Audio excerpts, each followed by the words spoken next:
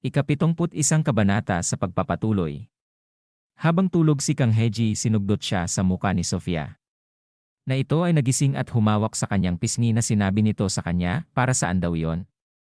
Na nagulat ito na sinabi pa niya, habang nakatingin kay Sofia na nasaan daw siya. Hindi daw ba't siya ay nagpapaikot lang ng kikanina? Na sinabi sa kanya ni Sofia na bakit daw hindi muna siya bumaba? Habang bababa na si Kang Heji ay sinabi nito na sister. Marunong daw pala siya ng salitang Korean. Pero bakit hindi daw siya? Naputol ang pagsasalita niya nang makita niya ang kanyang cellphone ay nabasag. Na napasigaw si Kang Heji na sinabi nito sa kanya na sino daw ang buwisit na gumawa nito. Bagong-bago pa daw ang cellphone na ito. Na nakapikit na sinabi sa kanya ni Sofia na mas mahalaga pa daw ba sa kanya ang cellphone. At hindi daw ba siya nag-aalala sa buhay niya. Na napasabi si Kang Heji na ano daw ang pinagsasabi niya. Na siya ay hinampas sa muka ng kanyang hawak na sandata. Na ito ay patuloy na hinampas si Kang Heji na napapasigaw ng sakit. Na sinabi nito sa kanya na sandali lamang daw. Bakit daw niya ito ginagawa ng bigla na lang?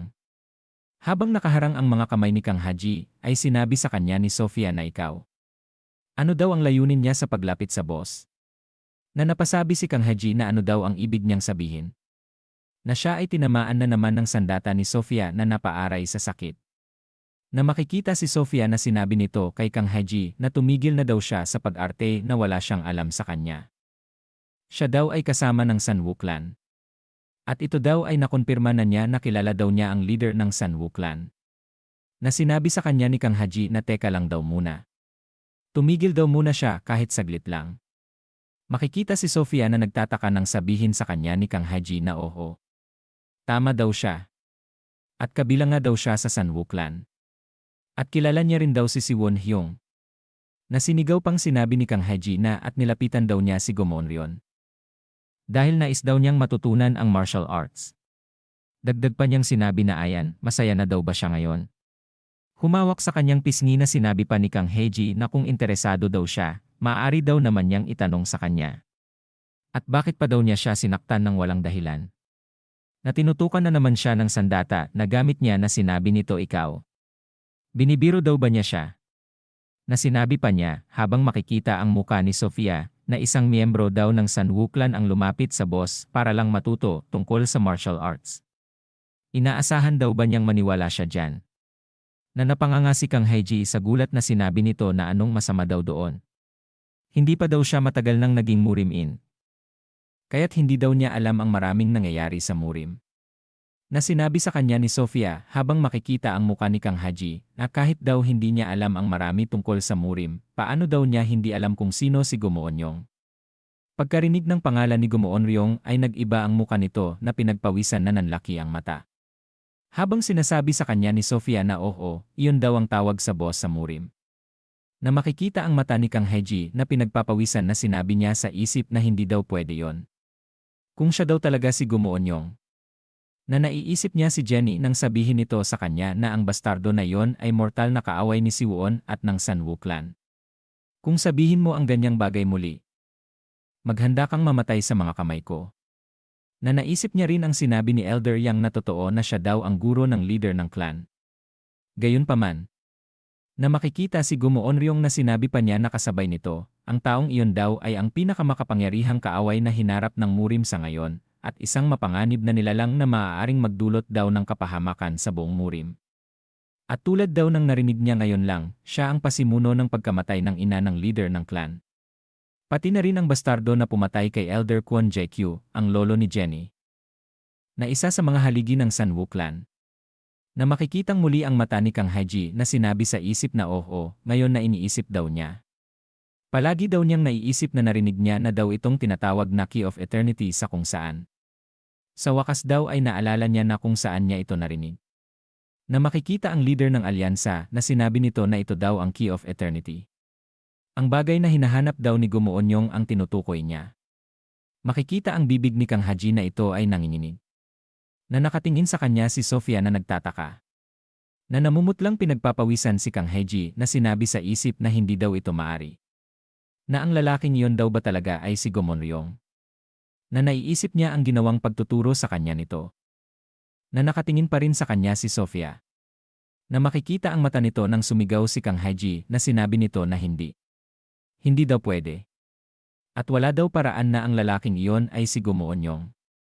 Dagdag pa niyang sinigaw na si Gumuonyong daw ay ang kontrabida sa lahat ng kontrabida. Paano daw magiging siya ang lalaking na yon?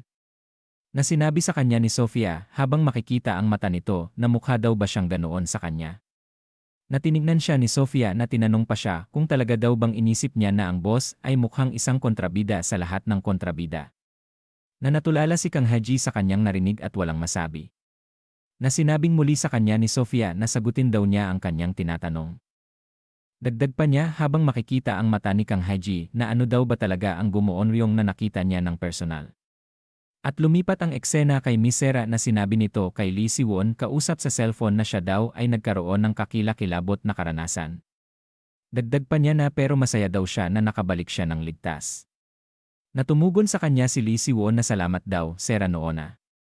Sinabi pa ni Lee Si-won na kung gayon, ibig daw ba niyang sabihin, hindi na nakita si Haji mula noong araw na yon. Na sumagot sa kanya si Miss Sera na sinabi nito. Oo. Sa ngayon, gumagamit daw sila ng iba't ibang paraan para hanapin siya, pero nabiglang sinabi sa kanya ni Lee Si-won habang makikita ang matanda sa gilid ni Miss Sera na naiintindihan daw niya. At kung may marinig daw siyang balita, pakisabi agad daw sa kanya. Natumugon si Miss Sera na sinabi na okay na iintindihan daw niya. At tinanggal na ni Miss Sera ang earphone na ito ay nakatingin lamang. Na sinabi sa kanya ng matandang nasa gilid niya na chairwoman, may nangyari daw ba sa impermanent prison? Natumugon na sinabi sa kanya ni Miss Sera na oo. Hindi daw tama ang nangyayari. Masamang mga palatandaan daw ang patuloy na lumilitaw nitong mga nakaraang araw. Na sinabi ng matanda na aba. Yan daw ay medyo kakaibang timing. Na makikita ang muka ni Miss Sera na sinabi pa ng matanda na hindi daw ba may mga balita rin tungkol sa ilang internal na pangyayari sa loob ng Sanwoo clan kamakailan. Hawak ang cellphone ni Lee Si-won na sinabi niya sa isip na ngayon lang daw niya naisip. Matagal na daw pala siyang hindi nakikipag-ugnayan kay Haji. Na siya ay pinagmamasdan ang kanyang cellphone. Na siya ay napalingon nang sabihin sa kanya ni Jipyong na hoy, Si-won. May lumabas daw na kakaibang balita. Na pinagtatakahan ni Lee Si-won. Na sinabi pa niya na tungkol daw kay Seo Gun-woo na nawala. Tumatawag daw siya kung saan-saan dahil nag-alala daw siya sa kanya at nalaman daw niya ito. Na nasa Clearstream School daw siya. Na sinabi sa kanya ni Lee Si-won na ano? Kailan daw siya bumalik? Na nakatingin sa kanya si Lee Si-won na sinabi pa sa kanya ni Jipyong na hindi lang daw yon. Hindi raw niya alam ang buong insidente sa impermanent prison. At nasa bahay lang daw siya at nagtuon sa kanyang pag-iensayo nitong mga nakaraang panahon. Na humawak sa ulo si Jipyong na sinabi pa nito na kung ganoon, sino daw kaya ang Seo Gun-woo na sumama sa kanila? Parang nakakita daw siya ng isang multo. Na makikita ang muka ni Lee Si-won na sinabi nito na parang alam na daw niya. Kung sino daw ang taong iyon.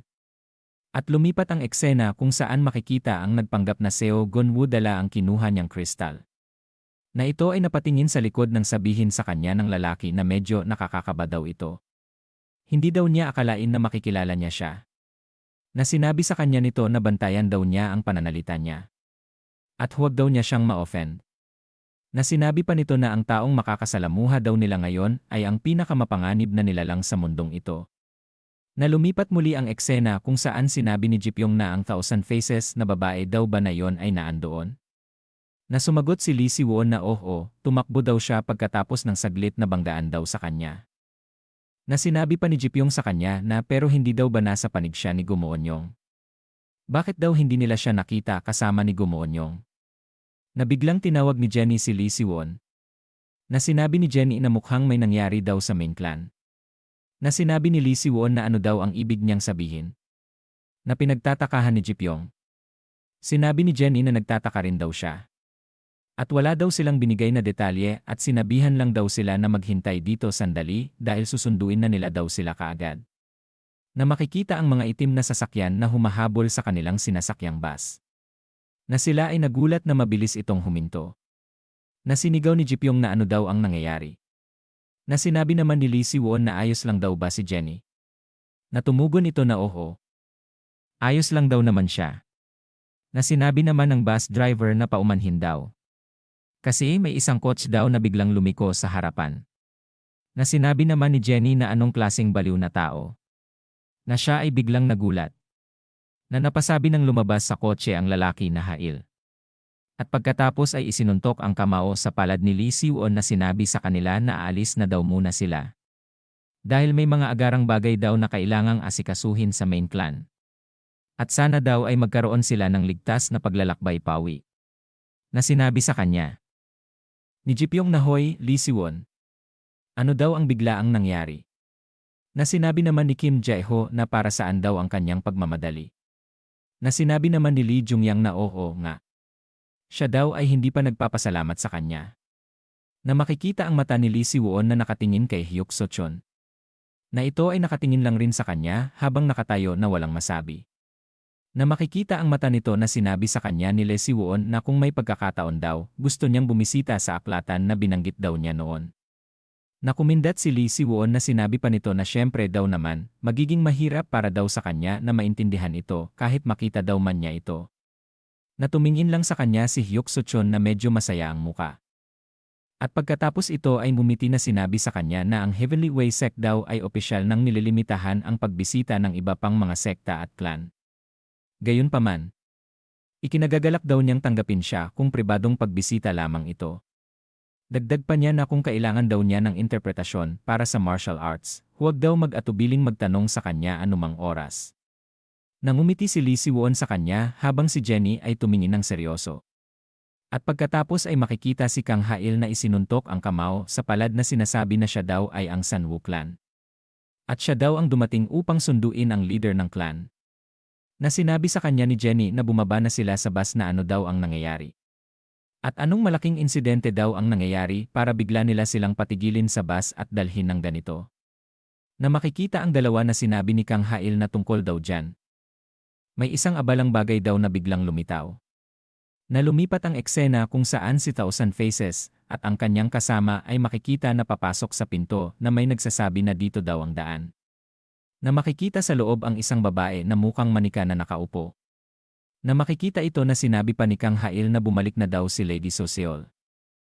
At dito na po nagtatapos ang ika-71 kabanata.